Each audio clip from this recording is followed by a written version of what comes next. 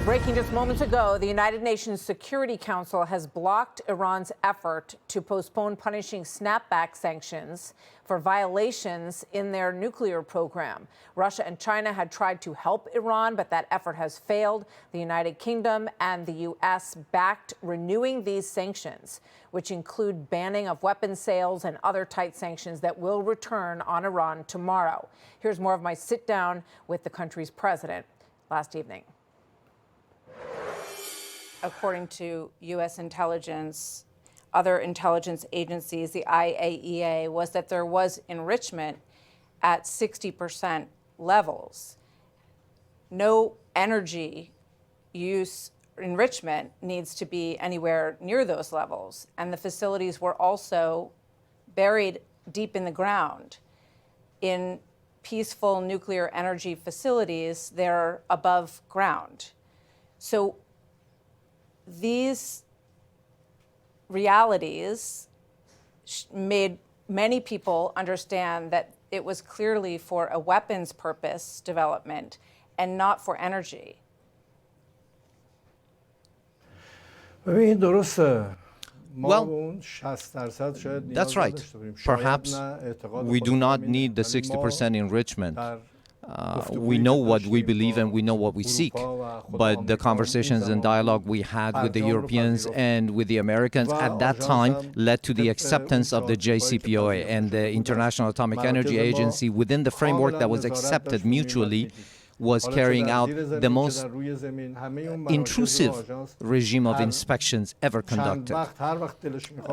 The agency inspectors would show up anywhere, and the United States independently tore up the JCPOA, in other words, the agreement based on which we were adhering completely without exception to our commitments. After the United States tore up that agreement, the Europeans, the various companies that had come and formed agreements and signed cooperation agreements to work with us in Iran, they all were forced to leave Iran. And they did not adhere to or live up to any of the contractual agreements that existed.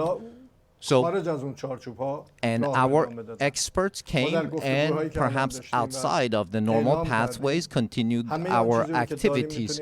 We have announced repeatedly, and we will continue to do so, that we are willing and ready to put everything at their disposal for verification. However, on the condition that our international rights within the framework of the NPT, which is under the auspices of the IAEA, will be safeguarded.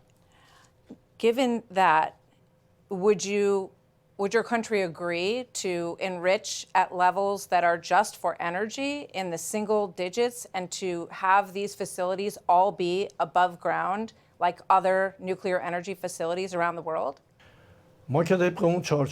We accept everything that we need to accept according to the international frameworks. But the problem is, who will give us assurances that Israel will not carry an attack independently in order to take out our installations? We have been members of the IAEA. We have been and continue to be signatories to the NPT.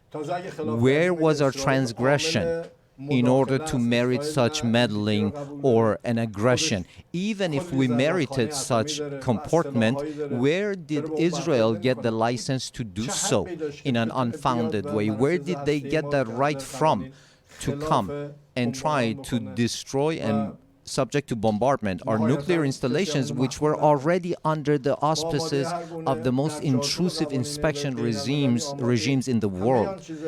According to international laws and frameworks, we still stand ready to execute on every single commitment. During the period of, I believe it was 60 days or 90 days that President Trump talked about before the United States attack in conjunction with the Israelis, the push was for anywhere, anytime inspections. And the belief was that Iran was getting closer and closer to the ability to have a nuclear weapon, that the breakout time was shorter and shorter, and that was why a time frame was presented to meet those requirements, and that once they weren't met, that was when the attack began.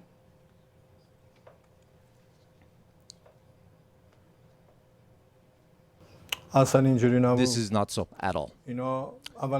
First of all, the International Atomic Energy Agency was conducting inspections. They have issued reports. The reports contain something quite contrary to what has been announced by the Americans and others.